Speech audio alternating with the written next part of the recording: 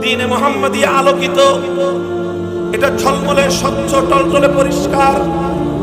এখানে কোনো গোজামিলের জায়গা নাই, এখানে কোনো বিভ্রান্তির সুযোগ নাই। যদি কেউ হেদায়েতের পথ অনুসরণ করতে চায় এবং আল্লাহর পয়গম্বর যেই পথে অনুসরণ করতে বলেছে, কেউ যদি সঠিক পথে হেদায়েতের পথে অনুসরণ করতে চায়, ইনশাআল্লাহ সুম্মা ইনশাআল্লাহ দুনিয়ার কোনো শক্তি তাকে বিভ্রান্ত করতে পারবে না। আল্লাহর দ্বীন শরীয়তে মুহাম্মাদিয়া এটা এতটা স্বচ্ছ, দিবালোকের ন্যায় পরিষ্কার। দ্বিপ্রহরের সূর্য উঠলে যেমন দুনিয়া আলোকিত থাকে, শরীয়তে মুহাম্মাদিয়া পরিপূর্ণ এরকম আলোকিত। হেদায়েতের পথটা এরকম স্বচ্ছ আর পরিষ্কার। তার বড় কারণ হলো এই, রাসূল আকরাম সাল্লাল্লাহু আলাইহি ওয়াসাল্লাম শরীয়তের এই পথকে